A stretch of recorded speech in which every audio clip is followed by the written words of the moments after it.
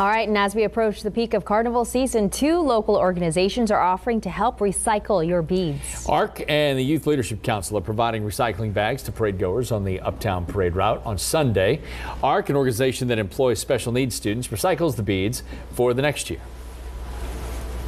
You can just leave it on the parade route. We'll have volunteers following Toth in ARC vans and the recycling vans picking them up. Tons and tons of these. In their first pickup run, the organization's collected thousands of bottles and cans and more than 2 tons of beads.